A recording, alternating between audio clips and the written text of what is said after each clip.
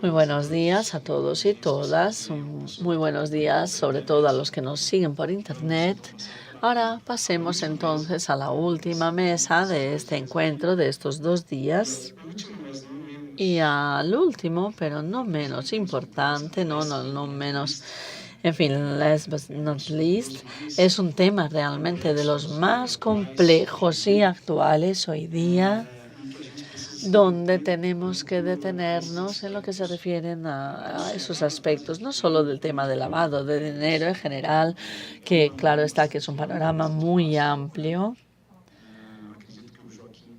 Estoy seguro que Joaquín nos va a dar una explicación más conceptual sobre todo esto, pero sobre todo con esa interfaz entre el blanqueo de dinero y el tráfico de los bienes culturales, el lavado de dinero, aquí entendido, con obras de arte y antigüedades, y esa interfaz entre lo ilícito y el otro ilícito, que es el tráfico de bienes culturales. Aquí daré solo algunas palabras aquí rápidamente antes de pasarle la palabra a los compañeros sobre la composición de esta mesa, la formación aquí de esta mesa, porque es un tema aclarador también sobre lo complejo que es este tema, lo complejo que es todo este tema. Cuando pensamos en las personas que podrían conformar esta mesa, claro, no podíamos dejar de hablar del COAF y de la Policía Federal, pero a la vez queríamos trabajar de esa interfaz, del tráfico ilícito y el tráfico el blanqueo de dinero, recordando que en los últimos años ha habido una serie de movimientos normativos y directrices o lineamientos internacionales sobre esas interfaces. El caso más reciente que todo el mundo conoce, que es súper evidente, son las destrucciones promocionadas por el Estado Islámico en territorios ocupados por el Estado Islámico hace poquísimo tiempo, y que se hacían no solo con motivos iconoclastas de destrucción de templos o ídolos por el tema religioso de esos ataques, ¿no? O de ese fanatismo y extremismo religioso. Sabemos que el Estado Islámico lo hacía también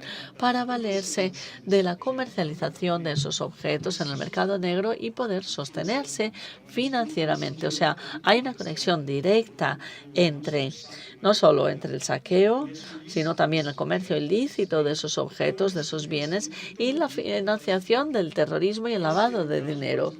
Ese es el caso más evidente, muy conocido, ha sido objeto ya de 2 resoluciones del Consejo de Seguridad de la ONU del año 2015 y 2016, específicamente contra la acción del Estado Islámico y la conexión con los bienes culturales y la financiación del terrorismo. Más recientemente hay una resolución del año 2017 que fue mencionada también en una de las mesas ayer, es la 2348 del Consejo de Seguridad de las Naciones Unidas, que nos habla sobre el tema específico del tráfico de bienes culturales en esos territorios. Territorios en los que ocurren conflictos. Es un tema actual, sin ninguna duda, y que se relaciona totalmente con el lavado de dinero. Acuérdense, eso ya fue mencionado en otro momento, en alguna mesa. El crimen actualmente es transnacional. Ya no existen fronteras físicas, geográficas para los crímenes. La globalización que empezó a producirse a partir de los 90 significa también la globalización del crimen. Y cuando hablamos de esta transnacionalización del crimen, tenemos que mencionar también la porosidad entre las diferentes manifestaciones de lo ilícito. Siempre habrá conexiones posibles entre criminales y entre el tráfico de bienes culturales, el lavado de dinero, tráfico de drogas, y la lista es interminable. Al buscar a las personas que conocen este tema, eso se queda evidente. Quisiéramos traer a una persona que nos pudiera comentar un poco más sobre esos asuntos y En ese sentido, recurrimos al Departamento de Recuperación Judicial y Cooperación Internacional del Ministerio de Justicia, que al final nos recomendó las mismas personas que recibimos hoy, para que vean cómo el tema es reciente y hay que debatirlo, porque pensábamos hacer una exposición sobre la Ley 13.170 de 2015, que hable de la indisponibilidad de bienes de personas mencionadas en el Consejo de Seguridad de la ONU debido a sospechas de terrorismo. No fue posible traer a una persona del DRC, pero sería un punto de contacto interesante en esta mesa. Otra característica de la complejidad y de todas las dificultades en las que tenemos que avanzar, justamente porque este asunto es relativamente nuevo, es el hecho de que en Brasil actualmente, y aquí hablo de nuestra parte, en el IFAN, el órgano que regula el comercio de obras de arte y antigüedades, no contamos con un sector plenamente organizado. Actualmente en Brasil, la única representatividad del amplio sector de subastas y obras de arte, bueno, el único subgrupo, digamos, institucionalizado son los colegas invitados de ABACT, Sociedad Brasileña de Arte Contemporáneo, que en un esfuerzo loable, hay que reconocerlo, están creando una asociación que se ocupa no solo del mercado primario de arte contemporáneo, sino también del mercado secundario. Así que estoy hablando de Luciana Brito y de Ulises Com, que están al frente de este esfuerzo. Ahora, el mismo esfuerzo de institucionalización del sector no se identifica todavía en los demás sectores y subsectores de este amplio espectro de subastas, obras de arte y antigüedades, sobre todo en los de antigüedades. Es una asociación todavía fugaz en nuestro país, muy incipiente, pero es necesario para que el IFAN, como órgano regulador, actúe. Es importante que estemos organizados porque esa organización va a facilitar el contacto con el sector, haciendo que se sigan las reglas de conformidad. La prevención del lavado de dinero requiere que se observen las reglas de conformidad en Brasil y no por casualidad. Estamos aquí trabajando en una suerte de triangulación. Está el COAF, que es el destinatario de las comunicaciones del sector de obras de arte y antigüedades a partir de los criterios que establece el IFAN. La composición de la mesa ya expresa en sí misma la triangulación, teniendo como destinatario final la Policía Federal. Así que es interesante que se observe la composición de la mesa, que refleja el microcosmo de la prevención al lavado de dinero en Brasil. Era importante que lo pusiéramos en contexto para que supieran qué es lo que vamos a debatir en nuestro grupo. Muy bien, aprovecho agradeciéndoles a todos por su presencia. Gracias, Marcio, Anselmo, Ulises, Luciana, y también gracias al colega Joaquín, pasándole la palabra directamente a Joaquín para que empiece con las palabras de CONAF.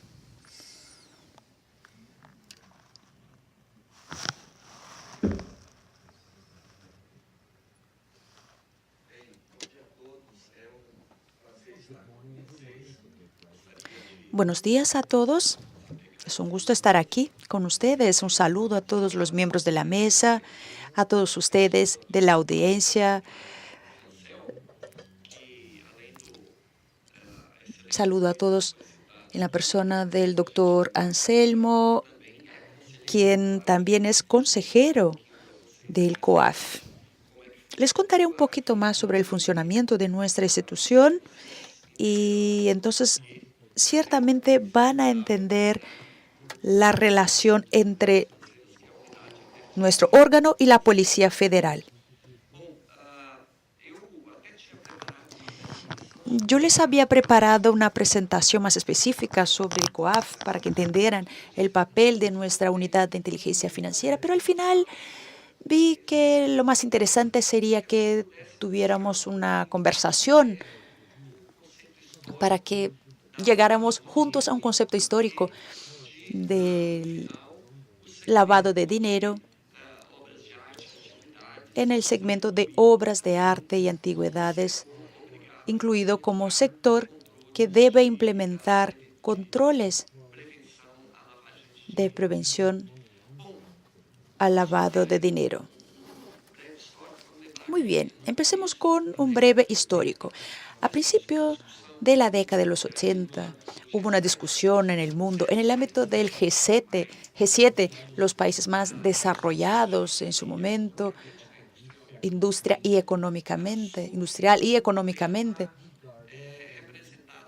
sobre un problema que representaba el tráfico de drogas en el mundo. En aquel entonces había la constatación de que arrestarle al criminal y que combatir el crimen y las drogas de por sí no afectaba la capacidad de funcionamiento de las organizaciones criminales. Una vez tuvieran posibilidades, patrimonio, volverían a organizarse con otros individuos, con otros miembros y de alguna manera nuestro trabajo sería ineficiente, pero de alguna forma las organizaciones seguirían existiendo pese a nuestro trabajo. Se creó entonces en la OECD una fuerza tarea llamada GAFI, Grupo de Acción Financiera, la cual en realidad tiene como función, sigue existiendo hasta hoy, tiene como fundamento la creación de estándares internacionales de combate al lavado de dinero. Define unas reglas básicas, recomendaciones para que todos los países puedan participar y construir leyes, marcos legislativos que contribuyan a las 40 recomendaciones. El GAFI se constituyó en el 89 y recuérdense, en 2001 tuvimos el ataque a las Torres Gemelas cuando entonces se crearon 9 recomendaciones especiales para combate a la financiación del terrorismo. En el 2012 se incorporaron 12 más a las 40 recomendaciones y hoy tenemos las 40 que rigen de alguna manera las normas de los países. Hoy tenemos 180 países con las unidades de inteligencia financiera, serían las homólogas del COAF con reglas para el combate al lavado de dinero. Recuerden, cada país al principio tenía la definición de los crímenes considerados antecedentes al lavado de dinero. Al principio, el crimen antecedente, claro, era únicamente el tráfico de drogas. Luego se incorporaron los llamados crímenes graves y enseguida se incorporaron además las leyes de tercera generación que ya eliminan el rol de crímenes antecedentes, o sea, cualquier crimen con resultado financiero, y la ley lo afirma, infracción penal. Cualquier infracción penal con resultado financiero se considera crimen antecedente para fines de lavado de dinero.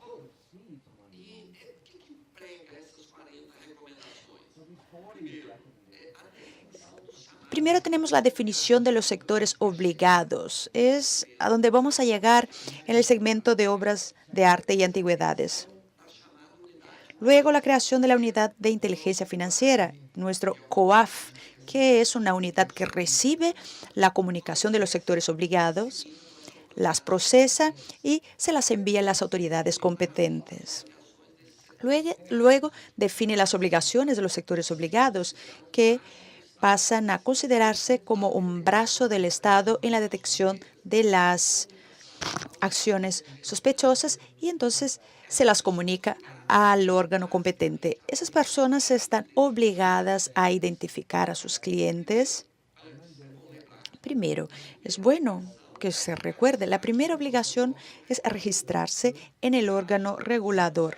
En el caso de las obras de arte, registrarse en el IFAN. Los que no tienen un órgano propio van a registrarse en el COAF. Los bancos, por ejemplo,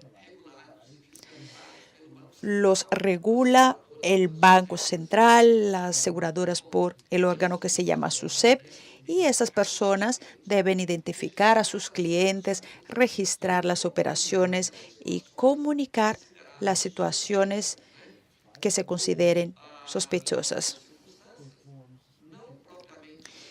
En algunos casos no siempre sospechosos, por ejemplo, pagos en efectivo, son situaciones en que se deben comunicar las informaciones a la unidad de eficiencia financiera. Y entonces normalmente se pregunta, ¿eso se puede implementar fácilmente? No, es un desafío.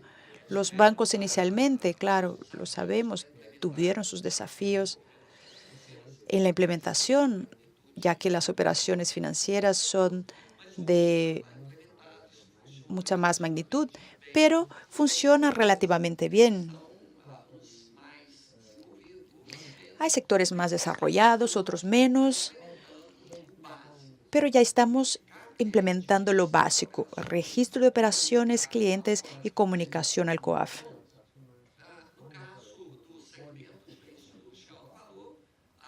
Para bienes de lujo y alto valor, aparte de la ley, tenemos también la resolución del IFAN 396 de 2016, que define, aparte de las obligaciones que les mencionamos antes,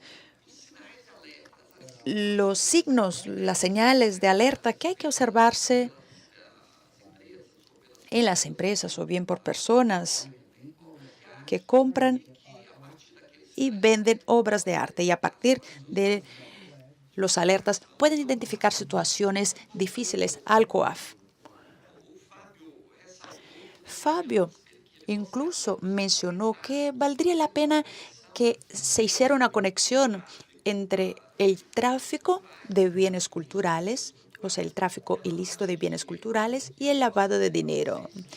Y les digo con toda seguridad, las dos cosas están totalmente relacionadas porque, bueno, el lavado de dinero puede darse en los sectores más característicos, como podrían ser el sector financiero, pero puede existir en cualquier sector. El artículo 9 de la Ley 713 trae una lista de personas y actividades que se consideran personas obligadas, porque son sectores que estarían más expuestos al lavado de dinero. Pero no siempre se lava dinero en estos sectores, y no únicamente allí. El lavado de dinero puede ocurrir en operaciones comerciales, financieras y, ¿por qué no?, en el tráfico ilícito de bienes culturales. El lavado de dinero es un proceso muy sencillo. Es convertir el producto de un crimen en un activo lícito, legal, o que al menos tenga un carácter de licitud. Es alejar el origen criminal del recurso actual. Es decir, se realizan diferentes operaciones hasta que se pierda el origen, la identificación, el rastreo del dinero y lo que antes era un dinero ilícito se convierte en un activo lícito. Entonces, los bienes culturales son bastante convenientes. Incluso Fabio, en su discurso, mencionó el interés de las organizaciones terroristas en retirar obras de arte o antigüedades de sus sitios arqueológicos o, en fin, de instituciones culturales, no únicamente con el fin de destruirlas, sino de venderlas y adquirir un producto, un recurso financiero para financiación de sus actividades. De igual manera, las instituciones criminales, organizaciones que actúan en el tráfico, tienen interés en viabilizar el crimen, sus acciones, que en la otra punta puede generar el lavado de dinero. Claro, si las organizaciones criminales ganan dinero de manera ilícita, en algún momento querrán lavar el dinero, ¿verdad? Entonces tenemos una situación muy cercana. El segundo punto. Otras personas a las que les interese lavar el dinero utilizando diferentes tipos de posibilidades, pueden incluso utilizar estos bienes vendiéndoles, otorgándoles un carácter de licitud, lavando el dinero o bien en otra punta ocultando el patrimonio. El que detiene un bien, una obra de arte, por ejemplo, detiene un patrimonio importante, por lo que es una forma posible de ocultar el origen del recurso utilizado en la adquisición de un bien. Y entonces uno puede imaginarse muy fácilmente que el tráfico ilícito se puede utilizar para fines de lavado de dinero. No solo las obras de arte, sino que también otras actividades. Pero tenemos aquí, y con eso concluyo mi exposición, un punto importante. Las obras de arte por excelencia, solo las personas que entienden del tema, no son fáciles de precificar. Solo los expertos identifican los precios, lo que facilita aún más el lavado de dinero, incluso otorgándole a una obra de arte un valor irreal, ficticio, que no existe, que no tiene sentido, simplemente para hacer posible la transferencia de recursos entre individuos, viabilizando el lavado de dinero. Y muy brevemente, antes de que concluya, las comunicaciones que ocurren entre los sectores, bueno, pues a veces imaginamos que se dan en situaciones aisladas. No, para que entiendan un poco, les doy algunos números. COAF recibe cada día algo como 11.000 comunicaciones de los sectores obligados. Básicamente y de manera concentrada, comunicaciones provenientes del sistema financiero, o sea, las transacciones al contado, en efectivo, pero todos los demás sectores obligados constantemente nos envían al COAF diferentes comunicaciones. El COAF, a partir de las comunicaciones recibidas, las cruza en las bases de datos y elabora los llamados informes de inteligencia financiera, los cuales se envían a las autoridades competentes, entre las cuales la Policía Federal, para que entonces se inicien las investigaciones necesarias, incluso en la Fiscalía Pública, para que se encamine la denuncia. En conclusión, la idea era darles un vistazo sobre el lavado de dinero y su vínculo eventual con el tráfico ilícito de bienes culturales y de obras de arte. Estamos a su disposición en caso tengan alguna duda y si pueden hacer preguntas, estamos a la orden. Muchísimas gracias. Obrigado, Joaquim, pelo controle. Gracias, Joaquín, por atenerse al tiempo, un control prácticamente espartano. Te faltan 9 segundos, precisamente. Yo pensaba cómo darle seguimiento a la mesa. Sería importante que COAF empezara dándoles una visión inicial del lavado de dinero y un historial, pero se me ocurría quién elijo para seguir. Yo prefiero pasarle la palabra a Marcio Anselmo, porque él nos va a traer diferentes casos muy interesantes, muy conocidos de todos, que ciertamente nos van a llamar mucho la atención. Y enseguida voy a darle la palabra a los colegas de ABRAD para que cierren la mañana trayéndonos un punto de vista del sector, porque vamos a ver que somos afectados por los problemas del sistema financiero. Bueno, Marcio Anselmo, adelante.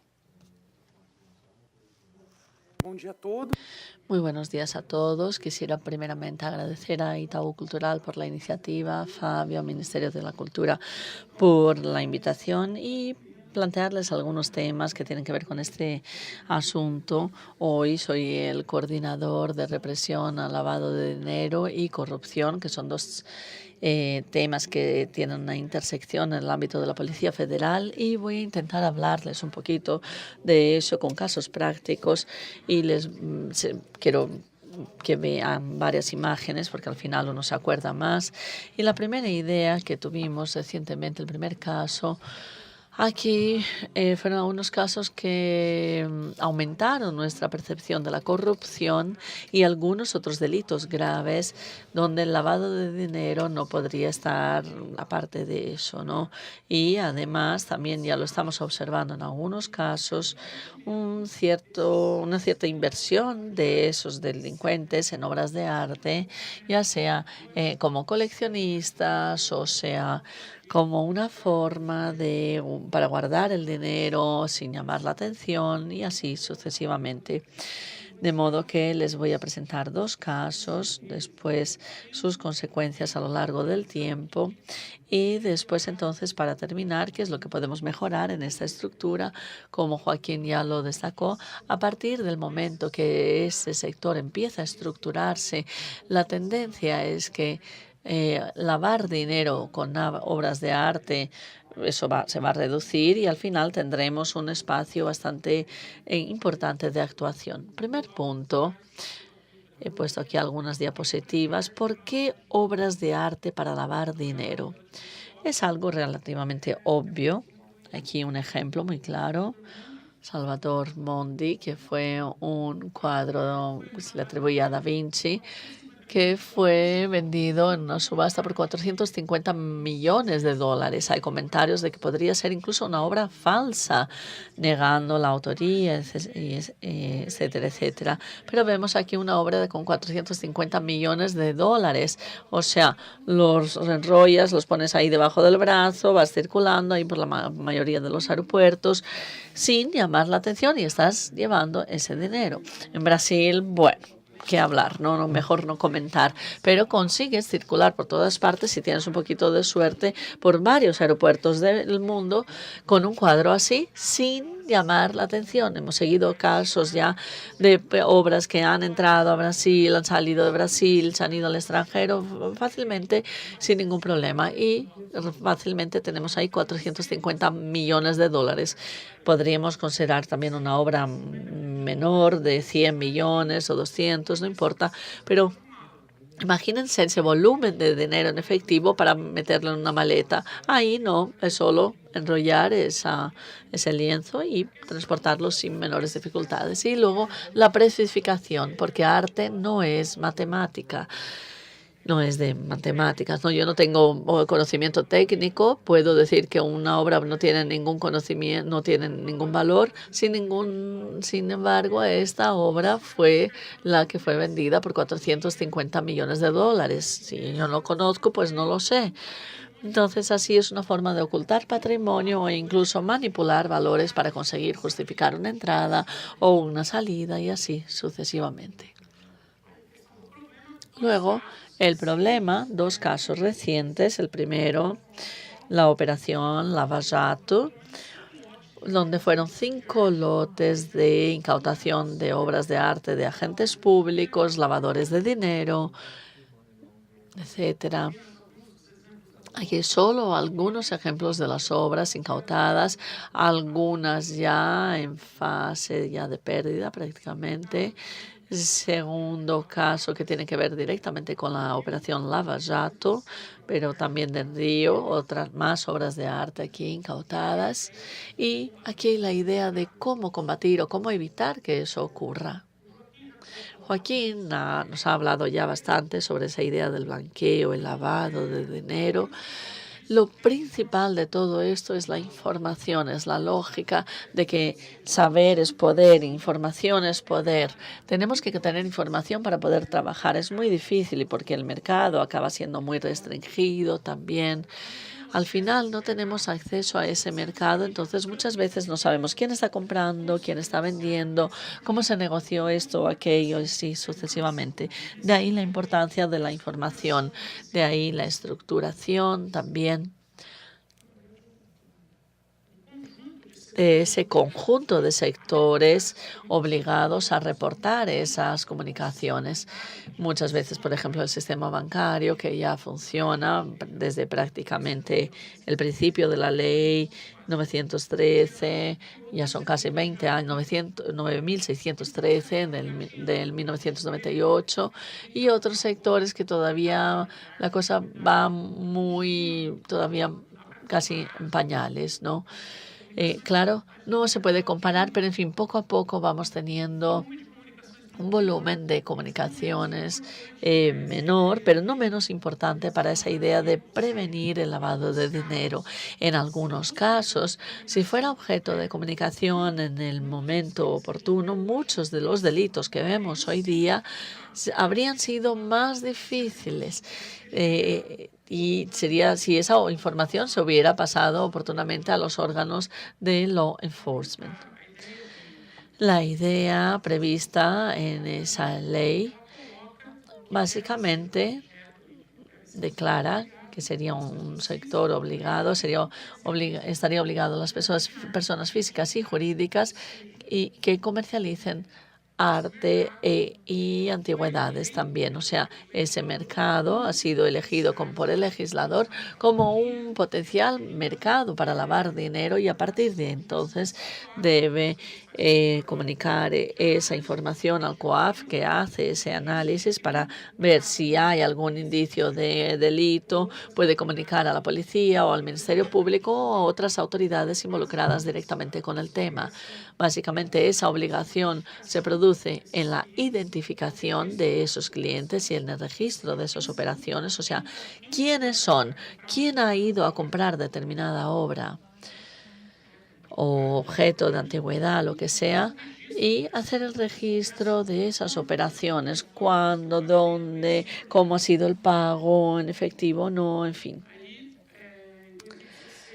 El 2016 el IFAN ha regulado esas señales de alerta con la portaría 396 del 2016, estableciendo aquí cuáles son esas indicaciones para los que actúan en el comercio del sector, qué es lo que tiene que despertar esa alerta en el mercado de obras de arte a partir de esa normativa. Aquí vamos a ver algunos ejemplos de situaciones que se podrían haber evitado. Claro que algunos casos son incluso antes de esa ley, de esa portaría o esa norma, ¿no? Ese decreto, pero aquí, claro, todo depende mucho de las condiciones, de las circunstancias, pero eso podríamos a partir de ahí tener un escenario mejor para el futuro. Una primera tipología fue una adquisición de una escultura. Es muy curioso, es un caso público, ya fue juzgado incluso en acción final, en segunda instancia, me parece, si no me equivoco. Vean que está la declaración del comerciante, pero en realidad después la persona que lo compró fue una tercera persona, no fue la persona que fue a la galería a comprarlo. Y aquí vemos entonces básicamente en la norma de IFAN que hay un ítem que dice operación cuyo pago ocurra a nombre de terceras partes. O sea, ese caso debería haber sido reportado por el comerciante y eso le ayudaría a las autoridades a empezar la investigación. O sea, llegó alguien a una galería, un mengano, lo que sea, miró la obra, se interesó y en el momento de pagar lo pagó otra persona. Claro está, eso es una señal de alerta. ¿Por qué una tercera persona está pagando una obra de arte? Luego, aquí, otra persona que tenía 135 obras de arte en la declaración sobre la renta, 80.000 reales. Y hay un ítem aquí que dice repetidas operaciones con valor cercano al límite mínimo establecido en el caput del artículo 5. O sea, por más que pueda haber hecho esas adquisiciones con varios comerciantes diferentes, varias adquisiciones fueron del mismo comerciante en determinado periodo. Eso debería despertar esa alerta.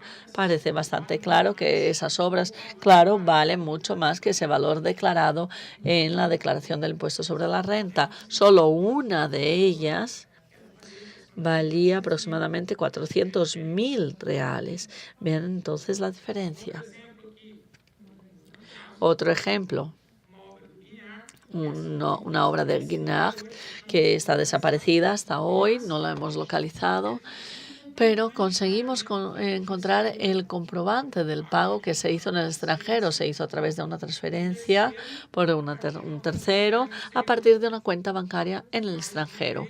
Una vez más, aquí vemos que la norma del IFAN es bastante clara en el sentido de que la operación, si ha sido propuesto un pago a través de medio de transferencia de recursos en el extranjero, habrá que comunicarlo. O sea, otro caso que le posibilitaría a las autoridades conocer esa actuación sospechosa y evitar que ocurriera.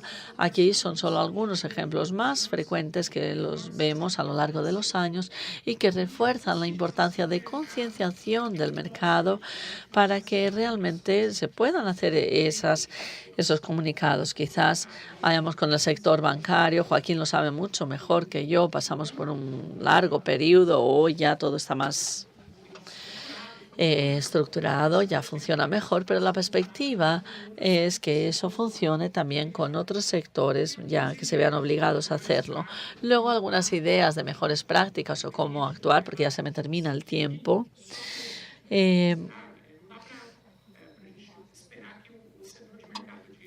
No podemos esperar que el sector de bienes de lujo tenga el mismo nivel de comunicación que el sector financiero, pero en el último informe de COAF hubo 35 comunicaciones el año 2017 del mercado de obra de arte. Y otra idea bastante importante, que las obras de hecho sean recaudadas, incautadas y disponibilizadas a museos para que la gente lo pueda visitar, para que estén disponibles para la población. Yo creo que eso viene siendo la lógica de actuación de la Policía Federal para que se busque la aprehensión y a partir de ahí que sean entonces desplazadas o custodiadas, mantenidas bajo la guardia en museos, tanto porque la policía, el Ministerio Público, los órganos de percepción no tienen condiciones de mantener esa guardia de obras o con controles de temperatura, humedad, etcétera, para mantener entonces ese nivel mínimo de almacenamiento. La idea es transferir la guardia a museos, incluso con la obligación de que expongan esas obras. Eso es algo muy importante. Aquí, solo como una curiosidad, algunos titulares de cómo fue notorio. El Museo Niemeyer recibió una serie de esas obras y eso aumentó fuertemente el volumen de visitantes en el museo, incluso en un país donde la población no tiene esa cultura de visitar e ir a los museos. Me acuerdo de entrevistas que hacían a la gente en la tele y que era la primera vez que la gente estaba visitando esos museos por esas obras, ¿no? Eso podría ser una iniciativa que podría ir a todo Brasil. También siguiendo esa idea de mejores prácticas, ya tenemos tratativas con IFAN y con IBRAM para tener un protocolo de tratamiento para esa incautación de obras que rápidamente vayan a los museos. Eso todavía no lo tenemos. Incautamos la obra y no sabemos a dónde la vamos a mandar. En fin, eso es malo. Ya estamos en tratativas en ese tema. Y aquí únicamente un resumen Creo que lo más importante sería crear entonces ese catastro nacional de obras de arte, por lo menos nacionalmente, para intentar enfrentar ese problema. Si me voy a comprar un coche, por ejemplo, pues tengo todo el historial de quienes han sido los propietarios, pero con una obra de arte no. Entonces quizás ese registro nos facilitaría bastante y quizás si el propietario se quisiera entonces reservar esa indicación de la propiedad, pues aquí eso quizás podría ser una garantía o un nuevo instrumento para las autoridades. Y solo para terminar, un último aspecto que no lo puedo dejar de mencionar. Eso ha sido objeto de algunos titulares en la prensa donde se decía que varias de las obras incautadas en los últimos años eran falsas. Y entonces aquí está la dificultad de hacer toda la pericia, el análisis de esas obras realmente, a ver si con una serie de procedimientos creados entonces, aparte de si el artista está vivo o fallecido. Y solo para contarles una anécdota, tenemos que materializar jurídicamente que esas obras son verdaderas y pasamos por una situación donde los expertos estaban trabajando en un caso de una determinada obra, llamaron a un experto, determinado pintor. El pintor dijo, no, mira, esa obra es de fulano. Bueno, pero muy bien, ¿cómo puedo saber realmente que es verdad? Y el experto consultado dijo, siento la energía de ese cuadro. Bueno, en fin, lamentablemente jurídicamente no puedo justificar que la energía del cuadro me dice que ese cuadro es de fulano mengano, ¿no? En fin, hay todo un trabajo bastante complejo para comprobar la autenticidad de esas obras, porque eso es muy importante para para ese análisis, ¿no? Esa comprobación. Hay una estructura muy compleja de análisis, la consulta al autor de la obra, es de Lucchesi, en fin, todos los tipos de análisis, grafoscópica, química, física, hasta llegar a la merceológica también. Análisis de la firma, prácticamente se hace un análisis grafotécnico también de la firma que está en la obra, una serie de análisis químicos también para ver pigmentos, fechas, análisis de fotografía, hasta por fin llegamos hasta la valoración de la obra, sería la etapa final. Hay otro protocolo de tratamiento para llegar a un valor donde criminalmente sea importante cuantificar ese valor de la obra, aunque no siempre eso esté en esas galerías, ¿no? Estoy en el límite del tiempo. Aquí está mi email. Si alguien después me quiere hacer más preguntas específicamente. En fin, esto es todo. Gracias. Obrigado, Márcio. Muchas gracias, Marcio. Quisiera entonces pasar directamente a Brandt. Podríamos entonces empezar por Luciana.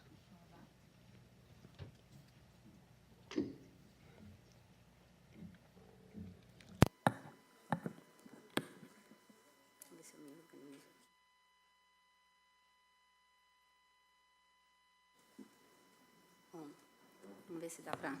Tá bom? Aqui a altura.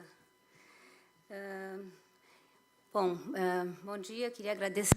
Buenos días, quisiera agradecerles primeramente por estar aquí, por esa invitación. Quiero agradecerles a Sarón y a Itaú Cultural también.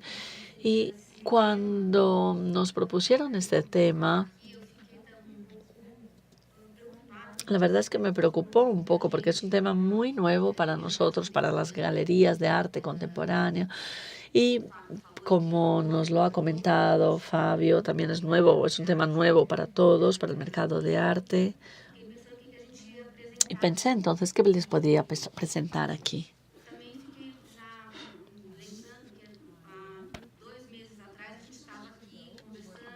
También me acordé que hace 2 meses estábamos hablando en el primer encuentro que hizo Itaú de artes visuales, hablando de los impuestos, los aranceles, las tasas, en fin. de los aeropuertos. En fin, estuvimos aquí discutiendo durante 2 días también, o un día y una mañana, no me acuerdo muy bien. Pero me pareció que este realmente era un momento muy interesante porque en ese intervalo de 2 meses poder discutirlo aquí otra vez y acercarnos entonces a esos entes de nuestro sector y poder acercarnos a todo ello es muy positivo. Es interesante que las instituciones puedan estar aquí todas reunidas. Creo que es esencial para que nuestro sistema funcione bien y que podamos discutirlo y pensar juntos en las buenas prácticas de la circulación de las obras de arte, con los temas de importación, exportación y bienes culturales. Al pensar en el lavado de dinero, pensé que debería hacer una presentación de ABACT y me puse a reflexionar dónde hemos aquí aportado en algo para que la circulación ilícita de las obras de arte, ¿dónde conseguimos impedir que eso ocurra?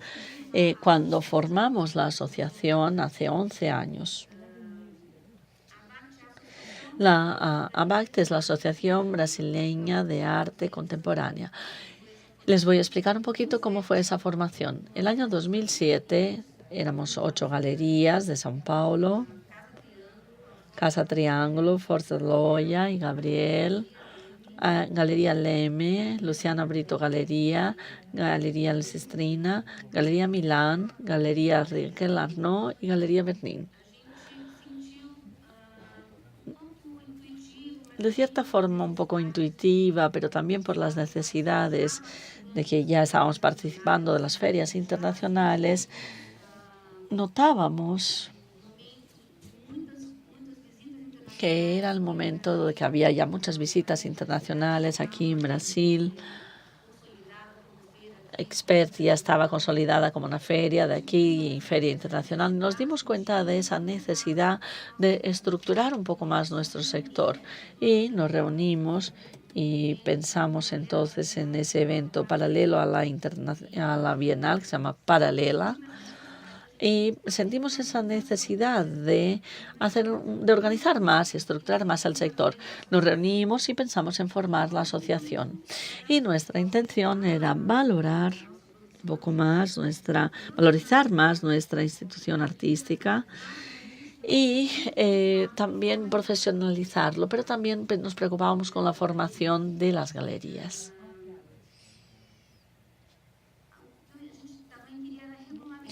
También queríamos más reglamentación.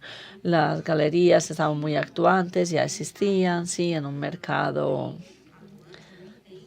que ya llevaba funcionando desde hace bastante tiempo, pero la verdad es que teníamos un mercado muy informal en todos los sentidos, tanto por parte de las galerías del mercado primario, que son las galerías que se reunían en ese momento, como las galerías del mercado secundario. Y aquí les estoy hablando de hace 11 años.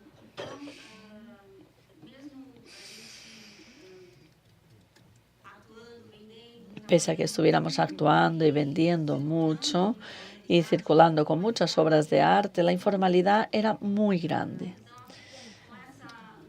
En ese momento pensamos que podríamos empezar a trabajar con las galerías y crear y dar herramientas a las galerías para poder capacitarlas para que se formalizaran. Y así nació ABACT. Trabajamos durante 2 años, hicimos todo el estatuto y solo aceptamos en aquel momento las galerías del mercado primario, que son aquellas galerías que suelen trabajar directamente con los artistas vivos o directamente con espolios de artistas muertos, pero que son las familias de esos artistas muertos que se encargan de ese legado, de ese espolio. Fue una decisión un poco polémica, es verdad, porque teníamos que limitar un poco las que dejábamos fuera, las del mercado secundario, las subastas, las que trabajan con grabados o con ediciones de grabados, en fin, otro tipo de producción. Pero Eso nos iba a facilitar lo que queríamos hacer en aquel momento, que era exactamente crear esas herramientas de formalización y capacitación de esas galerías. De modo que empezamos con 8 galerías y eso fue creciendo poco a poco. Hoy contamos ya con 50 galerías tras esos 11 años y ahora también estamos mucho más flexibles al pensar, porque ya hemos abierto para las galerías de edición, estamos más flexibles ahora para pensar que nos gustaría tener ahora una asociación que abarcara a todas las galerías, tanto que la Asociación de Galerías del Mercado Secundario, que se acaba de formar, que después Ulises nos va a hablar un poquito sobre ellas, se formó también sobre la nuestra, de cierta forma, porque es una necesidad de formalización y reglamentación de las estructuras dentro del sector.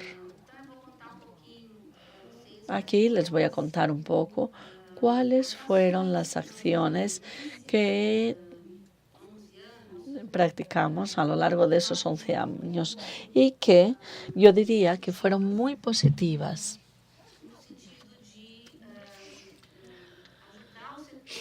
Muy positivas para ayudarle al sector a evitar esos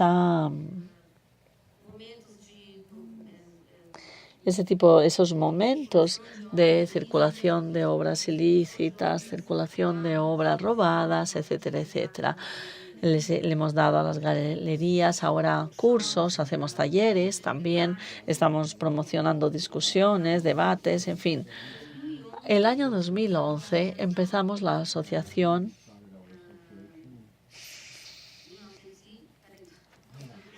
No, perdónenme, me he equivocado. Sí, el 2011 hicimos el proyecto La Actitud. Hicimos una alianza con la PEX, que es un órgano del gobierno que tiene que ver con la internacionalización y profesionalización del sector.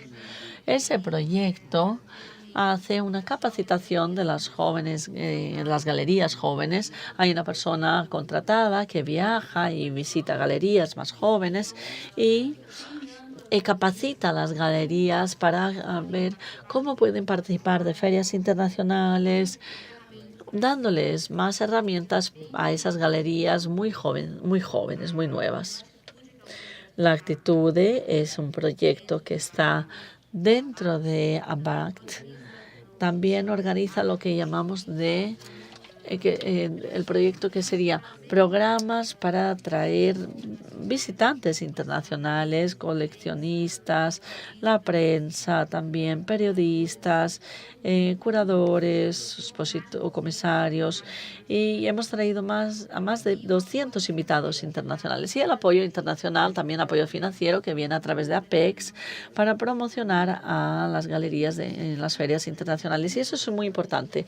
También el año 2011 lanzamos una publicación que fue un breve manual jurídico para las galerías de arte contemporáneo. Este manual es un instrumento para aclarar las dudas sobre la legislación brasileña.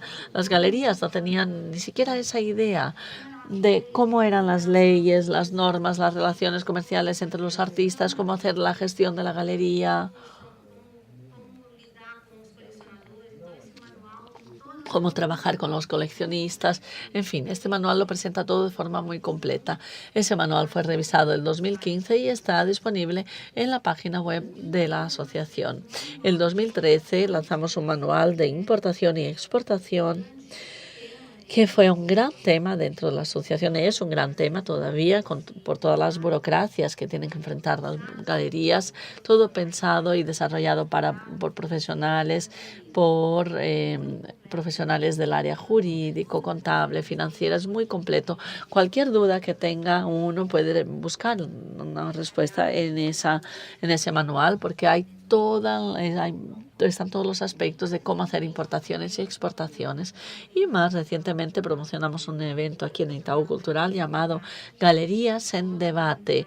Fue un foro organizado con profesionales y profesionales nacionales e internacionales aquí con charlas para formar nuevos profesionales para el sector. También tenemos esa carencia muy grande de formación de profesionales. Estas fueron, por lo tanto, algunas de las acciones hechas a lo largo de todos esos años con la intención de dar más instrumentos a las galerías para que todos podamos tener esa capacidad para poder actuar. Otro tema al que nos dedicamos desde el principio, que es un obstáculo muy importante para las galerías y que nos desfavorece mucho al sector, es la alta carga tributaria, los altísimos impuestos que tenemos que pagar. Entonces aquí ahora nos estamos concentrando en algunos temas que pensamos que eran los más importantes. Hemos hablado también sobre eso en el último encuentro. En el primero fue la reducción de las tasas de impuestos sobre la importación de obras de artistas brasileños, obras que son producidas fuera de Brasil y que deberían volver a Brasil porque los artistas viven aquí en realidad. Son tasas altísimas, pero que no conseguimos traer las obras. Reducción de impuestos sobre obras de artistas extranjeros, alícuotas también sobre importación de materiales de artistas extranjeros y el cambio del tratamiento por parte del gobierno de esas obras, ¿no? Eso que no se considera que es un bien de lujo. Eso fue un tema que María Elena lo comentó ayer también, que nos gustaría tratarlo como de una forma diferente en las aduanas, porque realmente presentamos características muy distintas en el momento de un transporte, todo el tema de las cajas, que son materiales muy delicados y a veces realmente son materiales diferentes de algún otro producto más conocido.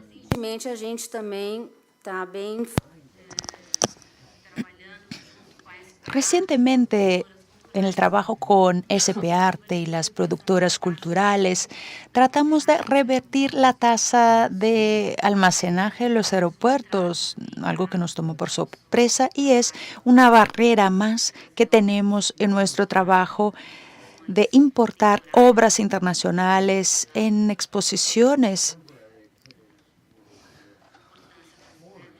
Claro, exposiciones de importancia para el trabajo de las galerías. La idea en mi presentación básicamente tiene como objetivo mostrarles algunos de los proyectos desarrollados y más que nada mostrarles cómo la formalización de este mercado contribuye bastante a evitar efectivamente el mercado ilícito, el mercado de falsificaciones, pero claro, todos lo sabemos, es un trabajo muy lento, llevamos 11 años en este camino, hay mucho por hacer. Ahora que el mercado secundario se ha organizado, yo creo que aún falta mucho. Desde el 2016 nos hemos venido acercando a IFAN y a otros órganos, algo que es bastante positivo, claro, en nuestro trabajo y muy importante en el sentido de contar con una protección, es decir, las galerías pueden notificar una cuestión a un órgano del gobierno, podemos protegernos, resguardarnos de una cuestión como el lavado de dinero. Pero tenemos mucho por hacer, hay mucho por caminar. Lo interesante es que desarrollemos cada vez más nuestro trabajo para que trabajemos con más tranquilidad siempre. Lógico, es interesante que las asociaciones se unan, trabajen juntas y sigan en la batalla. Muchas gracias.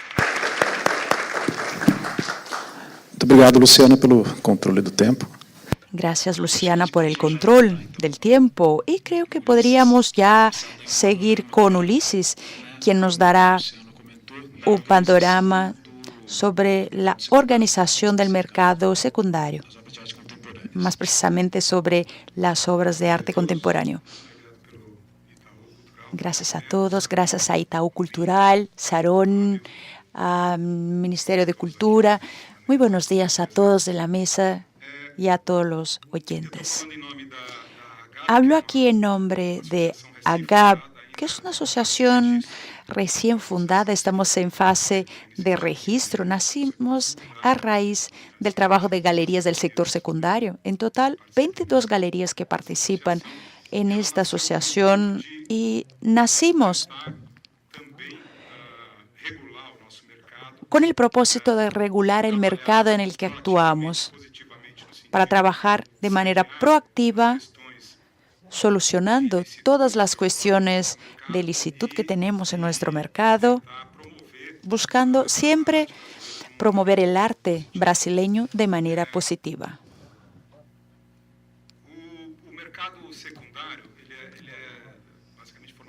El mercado secundario está formado por galerías, marchands, que reciben obras en consignación o bien venden obras de entes privados o bien trabajan como intermediarios. Bueno, existen maneras diferentes de trabajar desde el punto de vista tributario en las galerías. En la compra y venta de obras. Se emite una factura en la compra, en la venta, si se trata de un intermediario. La operación se realiza entre las partes interesadas y la galería emite una factura y la respectiva comisión. Es así básicamente cómo funciona el mercado formalizado, digamos, del sector secundario. Pensaba en cómo organizar mejor mi exposición. Más que el tema del lavado de dinero, hay que pensar en las ilicitudes que vemos en el mercado, que son básicamente tres. Un mercado de obras robadas o hurtadas. Existe también otro tema importante que hay que mencionar, que es el problema de las obras falsas, que tiene que ver con la piratería, algo que ya se mencionó el primer día. Hay bienes producidos en masa, pero está la piratería también de bienes individuales, una cuestión seria y grave en nuestro sector. Y otra cuestión que tiene que ver con el lavado de dinero, que sería el mercado no contabilizado, que es, como decimos normalmente, el individuo que recibe el dinero como resultado de un crimen. Es un dinero que no se contabiliza y le interesa a este individuo, digamos, limpiar, lavar el dinero, blanquearlo, para que el dinero se considere lícito, utilizándolo como moneda de pago en otras operaciones y otros crímenes. Así que sería una manera de blanquear el dinero, como ya dijeron otros colegas. En el día a día de una galería nos encontramos constantemente ante estas situaciones a un nivel, digamos, jerárquico, de menor a mayor frecuencia. Nos encontramos con obras robadas, o sea, el ingreso de obras robadas es muy raro. Es un mercado que existe en paralelo. El mercado actualmente está cada vez más formalizado. Las galerías están establecidas. Existe un control fiscal sólido. Así que es un camino difícil que nos lleguen obras robadas para que las vendamos en las galerías. A veces pasa, claro. E incluso les he traído un ejemplo, pero no es común. El mercado no contabilizado es más frecuente. Fue más constante, digamos, en el pasado. En los 50, 60, 70, la gente solía comprarle obras de arte al artista directamente. No registraban dichas compras en el impuesto sobre la renta. Hay innumerables coleccionistas que constituyeron sus colecciones de esa manera, pero no registraron las obras y a la hora de venderlas, claro, pues tienen que pagar un impuesto por la adquisición de capital por completo porque no registraron la obra en su momento.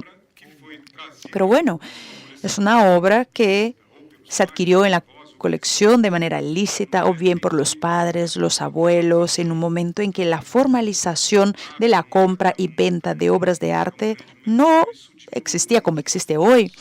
Es una práctica que se redujo bastante y con el advenimiento de la factura electrónica es cada vez más incomún. Lo que a veces nos llegan son ofertas de personas que quieren comprar obras de arte pagándonos en efectivo, algo que es cada vez más raro, o a veces operaciones con pago en el extranjero. Es algo legal. Si la cuenta está declarada, no es ilícito, pero es algo que se le debe comunicar a la Secretaría de Ingresos de inmediato. Pero bueno, es una operación lícita si el comprador y el vendedor declaran la venta. Es un tema con el que tenemos cada vez más cuidado en las galerías. Nos preocupamos por conocer al comprador, al vendedor, realizar la transacción de manera clara y correcta, y si se nos presenta alguna dificultad en la operación, se lo comunicamos a los órganos como COAF y la Secretaría de Ingresos para que la operación se autorice. Es una práctica que nació hace unos años, la actitud de control del COAF, lo que es benéfico en el mercado, porque de hecho lo que hace es crear un límite, un bloqueo a las ilicitudes. El tercer tema es el tema de las obras falsas, la cuestión más difícil de combatir, diría yo, porque hoy día en Brasil uno no puede decir que una obra es falsa, a no ser que veamos al falsificador firmando el nombre del artista en el momento en que firma un cuadro. Para que probemos la falsedad de una obra y poner una acusación, si lo afirmamos, corremos el riesgo de que nos lleven a juicio por daños morales, financieros. La ley hoy día en Brasil impide el combate a la piratería de obras de arte. Y es algo bastante complicado y muy difícil cuando queremos llevarlo adelante. O sea, la realización de un análisis químico de una obra, un análisis físico con fotografías, rayos X, cromatografía. Bueno, es algo muy costoso, muy difícil y no hay laboratorios específicos.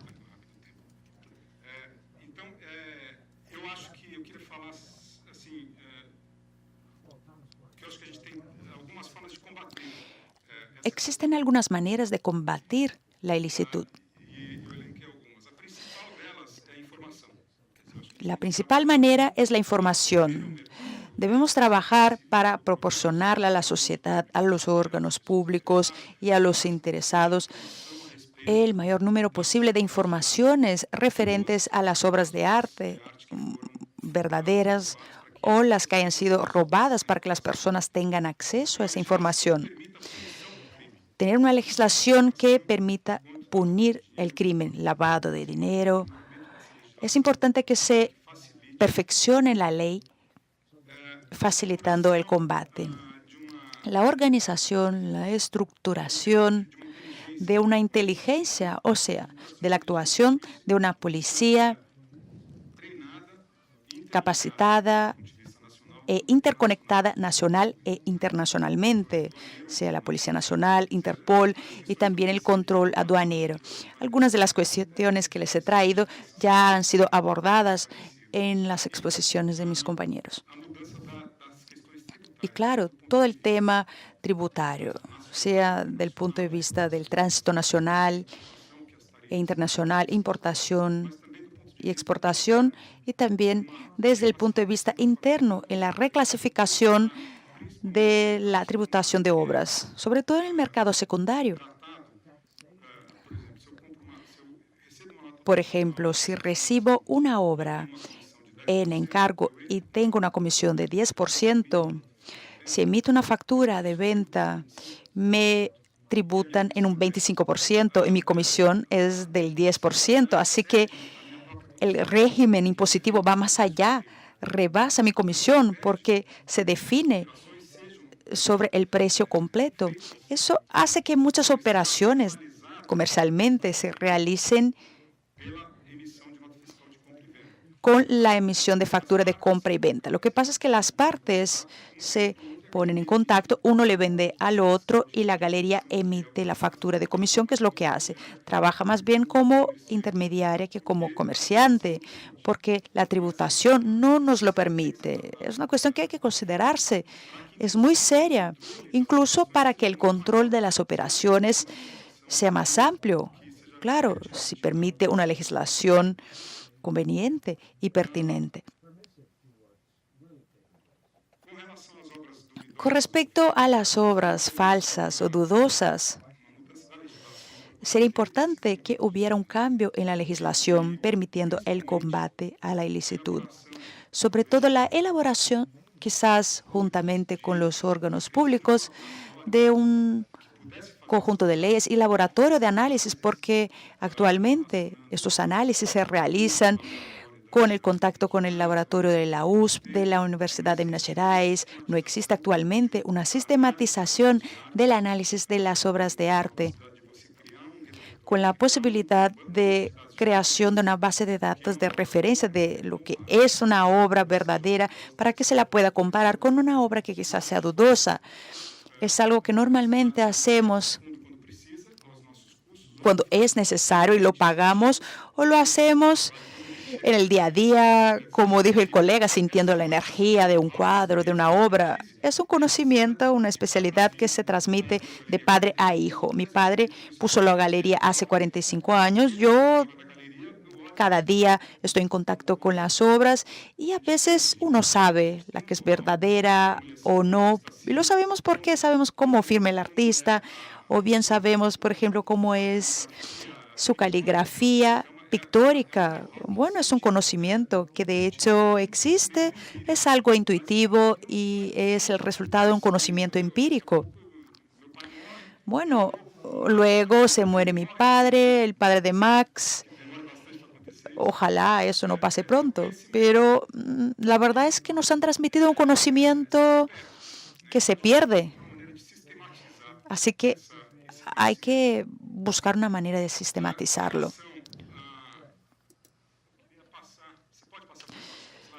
¿Podemos pasar a la próxima diapositiva, por favor?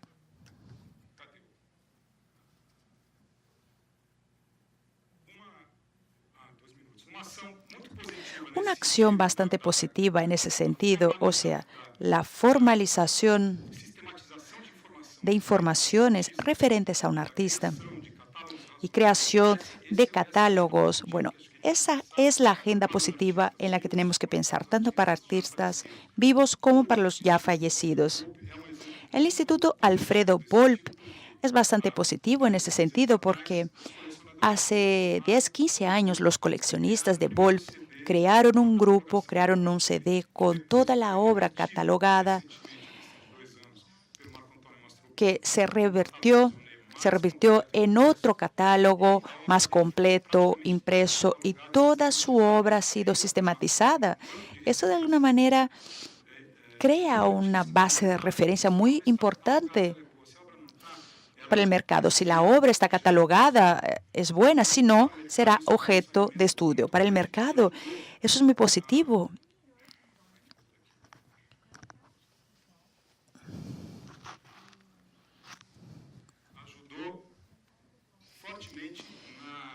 Y nos ha sido muy útil en la investigación y recuperación de obras de arte robadas, como esta, que se había hurtado y está en el sitio web del instituto. El instituto tiene su página web, toda la lista de obras que han sido hurtadas y que ya han sido recuperadas. En 2011 se robaron 11 obras de un coleccionista, las cuales fueron recuperadas. El robo fue en octubre de 2011.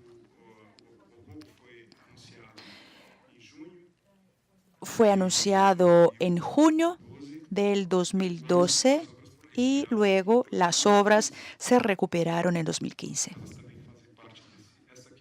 y las obras también están en el acervo. Esa es otra obra que fue hurtada y recuperada posteriormente.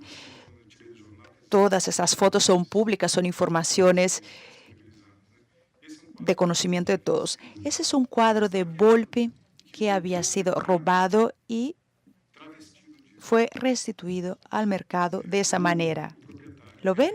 El propietario lo volvió a pintar utilizando la firma que estaba detrás del cuadro, una firma verdadera, y trató de venderlo en el mercado.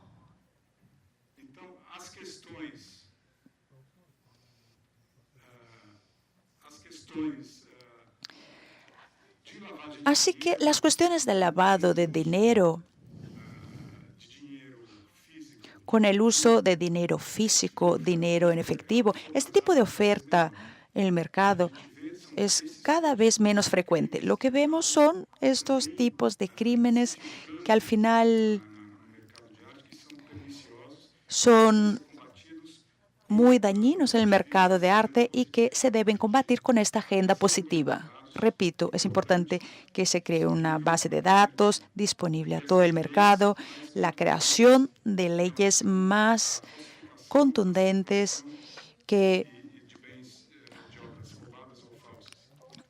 no permitan la venta de obras falsas, la actuación de la policía, la capacitación, la formación en este tipo de crimen, la creación de laboratorios especializados y técnicos con equipos para el análisis en profundidad de las obras de arte, con una base de arte de referencia de las obras verdaderas.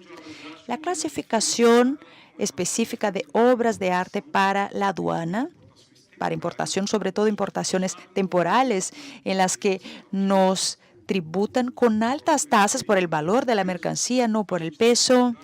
A nosotros nos resulta muy difícil transitar con las obras porque se las trata como un bien común, como una máquina que, bueno, si sale de la galería y va en demostración, supongamos que se importa una máquina de una fábrica. La circulación de esta máquina está prohibida. Una obra de arte se utiliza justamente para exposición, para circulación en exposiciones públicas. Así que hay unos criterios en la legislación de portación que hacen difícil nuestro trabajo. La integración a los sistemas de información y combate a la piratería, algo que mencionó nuestro colega en su exposición. Este banco de datos hay que implementarse en el gobierno y también en la iniciativa privada. De esa manera tendremos acceso y tendremos la posibilidad de crear una agenda positiva, estableciendo unos parámetros para las obras verdaderas. En 50 años tendremos una base de datos que nos permitirá decir si una obra es verdadera o no. Que yo pueda afirmar hoy día que una obra es falsa no es fácil. Y eso es parte de un sistema común integrado por diferentes instituciones.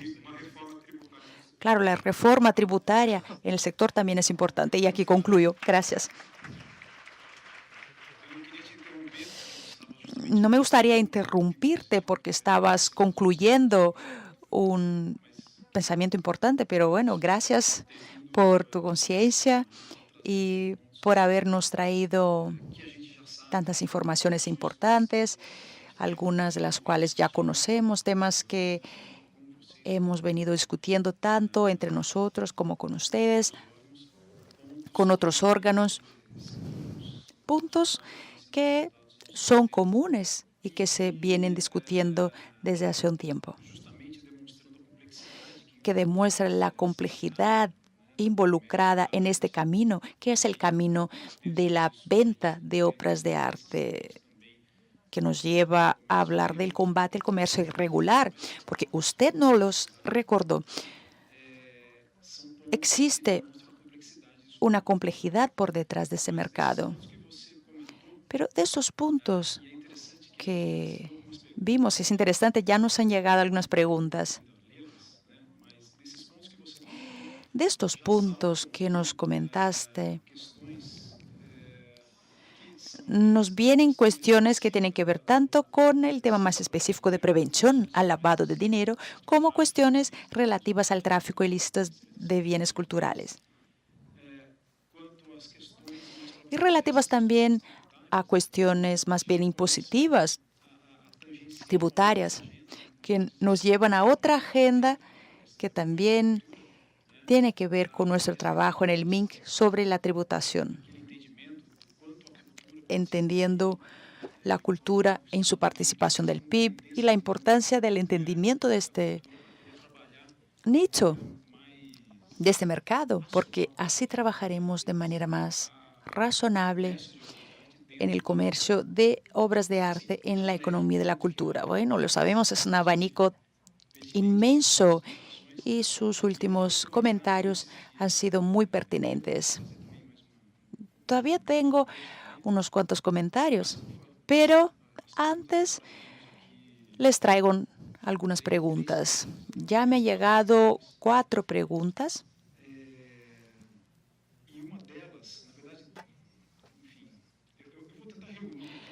Yo intentaré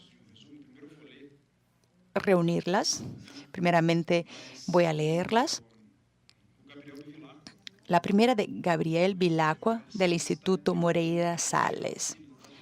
Nos pregunta a todos en la mesa lo siguiente: ¿no sería este un momento de instituciones, compradores, intermediarios de bienes culturales? Es decir, él nos trae en su pregunta la problemática para todos los actores. ¿No sería interesante que asumiéramos la responsabilidad sobre la procedencia y autenticidad de las obras?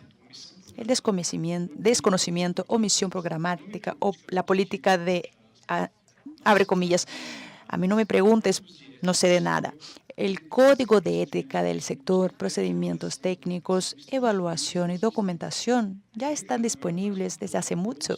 Dejar parte del problema y de la solución en las manos del gobierno sería la mejor estrategia. Es una pregunta de Gabriel para todos de la mesa. Y aprovecho para vincularla con lo que dijiste. La exposición de la colega fue interesante, tanto la de Bhakti como de Gaby.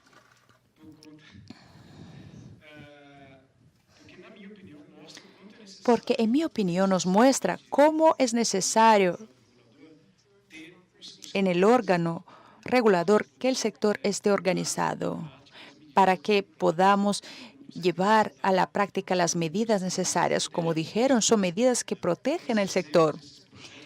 Los ejemplos de estos proyectos que han sido llevados a cabo por Bhakti, por ejemplo, los manuales de capacitación, los entrenamientos que se realizaron con todos los componentes, serían medidas muy útiles y favorables al sector y desde el propio sector. Ese es el tema. Es imposible dejarlo todo en manos del Estado. El sector tiene un conocimiento, conoce su importancia, sabe que tiene que protegerse y también está jugando su papel. Con respecto a esta pregunta, que va dirigida a todos de la mesa, no sé si alguien quiere responderla. Un comentario sobre el mercado binario. Mercado primario y secundario. Buena parte del trabajo de las galerías es la catalogación, elaboración de certificados de autenticidad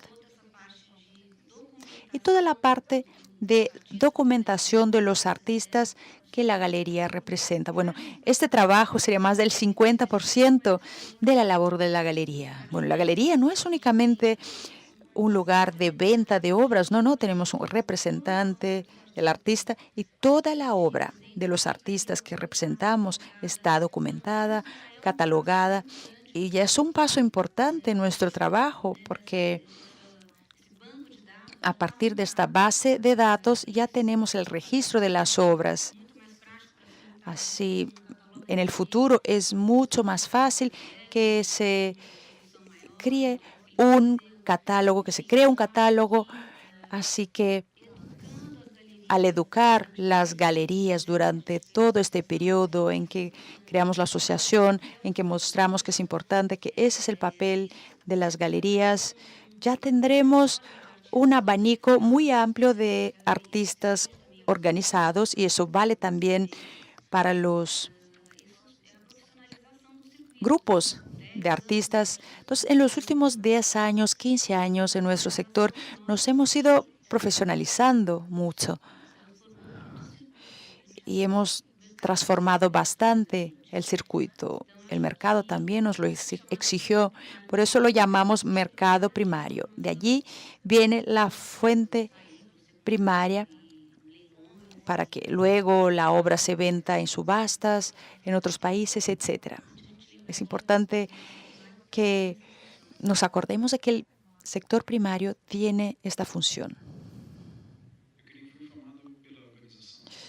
Me dice la organización que ya no tenemos mucho tiempo. Tenemos que concluir a la 1:05.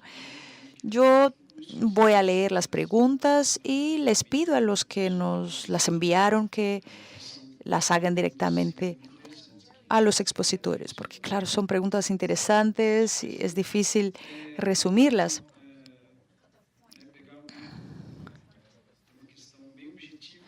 Hay una pregunta realmente objetiva a Anselmo de Jeff Care sobre cuáles son los centros especializados en el país de especialización en obras de arte que brindan asesoramiento en las operaciones policiales.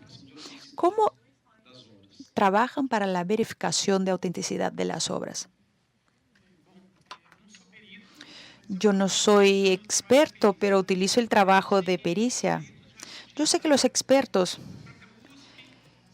trabajan con la Universidad de São Paulo, con la Casa Linar y a veces incluso cuentan con la ayuda de personas, de conocedores de las obras.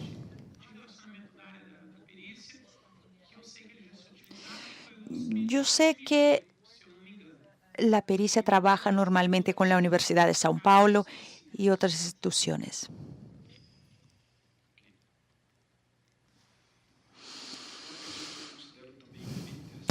Tem a ver, inclusive, com essa discussão anterior. Hay una otra pregunta ahora sobre esa discusión anterior, aquí para hablar sobre el caso de ABAC.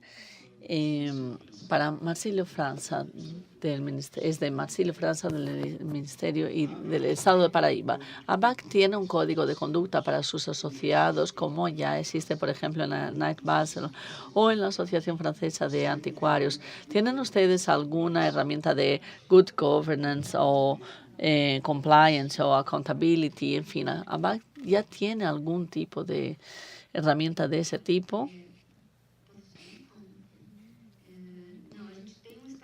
Bueno, tenemos un estatuto hecho con mucho detalle ya.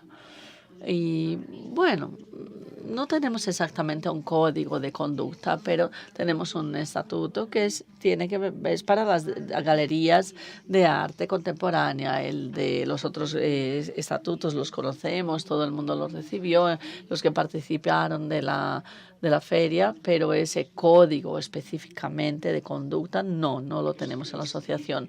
Y aprovechando en eso, pero lamentablemente ahora por el tiempo tenemos que terminar, ya son la 1:06, en fin, pero solo para terminar ahora, entonces, IFAN tuvo la iniciativa de difundir dentro de su catastro las obras de arte. Son más de 2.000 catastrados. Hicimos una traducción, también una traducción del Código de Ética para negociantes de obras de arte de la UNESCO. Trabajamos en esa UNESCO y la difundimos entre nuestros catastrados, nuestros inscritos. Creemos que hay esa actividad tan importante de darles información importante para esos asociados, o sea, no solo esa visión de policías, no de fiscalización, no, sino también de apoyar y dar más insumos a a esos asociados. No hay un código de ética traducido y que está en la página web de IFAN.